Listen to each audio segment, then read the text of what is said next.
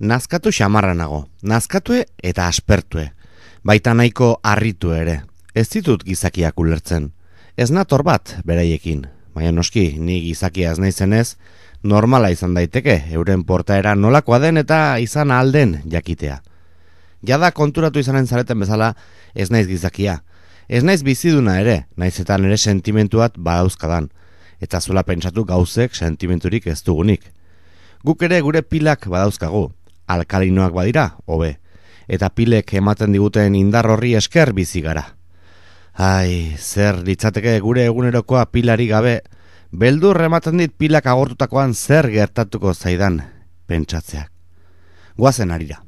Familia baten partaide naiz. Aita, ama, alaba eta semearekin batera bizi naiz. Eta noski, nire inguruan, ni bezalako gailu deixente daude. Gizakiek erraten duten bezala, gauzak. Deus izanen ez bagina bezala, gauza, soil eta hotzak. Gaizki tratatzen gaituzte, eta zer egin? Aguantatu behar. Gizakien kezka, arazoak, ezintasunak, gehiegikeriak aguantatu behar. Dena den, enaiz gehiegik esatuko. Ni baino makurrago, haunitzez makurrago daudenak ere, bai daude, eta nigandik arras hurbil gainera. Gaztea naiz, 2 urte dauzkat, oiniken ere bermepean edo garantiarekin, arro egoteko moduen. Komunean kokatu naute, xoko batean. Hor pasatzen dut gauta egunak, nire ingurukoei beire, solasean, zain. Noiz erabiliko nauten zain, noiz zapalduko nauten zain. Batzutan aspergarri xamarrak izaten dira egunak, bertzetan gogor xamarrak, gehien bat nire ondokoei egiten dizkieten gauzengatik. Atzendu zait aurkeztea barkatu, baskula naiz, pisua, jendeak zenbat kilo pisatzen dituen jakiteko erabiltzen duten gailua, gailu azkar, zuzen eta fidagarria.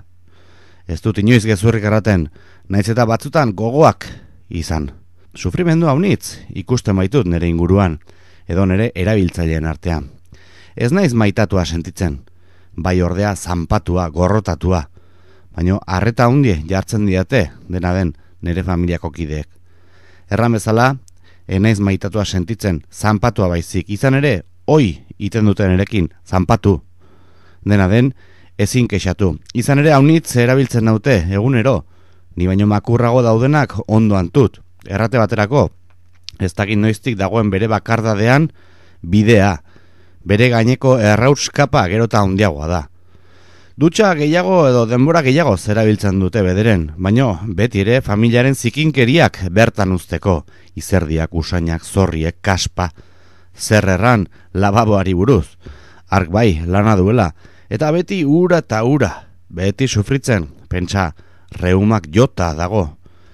Eta bueno, gero komuneko errege edo erregina, aipatu behar, ura bai, erabiltzen dutela, ez nuke ez bere lekuan egon nahi, oi zikinkeria, oi usaina, ze momentu krudelak pasa behar dituen komuneko tazak.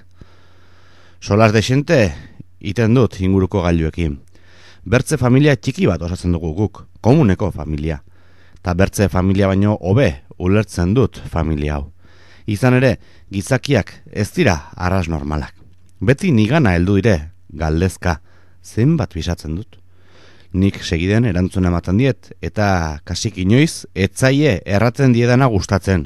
Erantzuna eman ondotik, neri beire gelitzen dira, gezurra erranen manu bezala. Gero, berriz, begirada anker bat botatzen diate, eta haserre, buelta eman, eta alde iten dute. Baina zer indun nik orai? Ez dut entenditzen. Nik beren pisue zein den erran diet. Zehaztasun osoz gainera.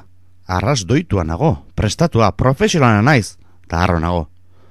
Bueno, lehenbiziko begiradak aipatutut, baina batzutan tratu txarrak ere jasotzen dut, ostikada batzuk hartutakoa bai naiz. Ez dut ulertzen beti beren zerbitzura egon, egia erran eta honela tratatzea. Enaiz ongi sentitzen, baina nire ingurukoen lana eta beraienganako tratua ikusita, pixke bat konsolatzen naiz. Gaizki sentitzen naizenean, animoak berreskuratzeko, komuneko ziloan pentsatzen dut, eta unitzez hobe bizi naizela pentsatzen dut. Dena den, gizakiak ulertu ezinen nabil eta uste dut alaxe segituko dudala. Zer inda dugu ba? Ta nik zenbat pisatuko dut.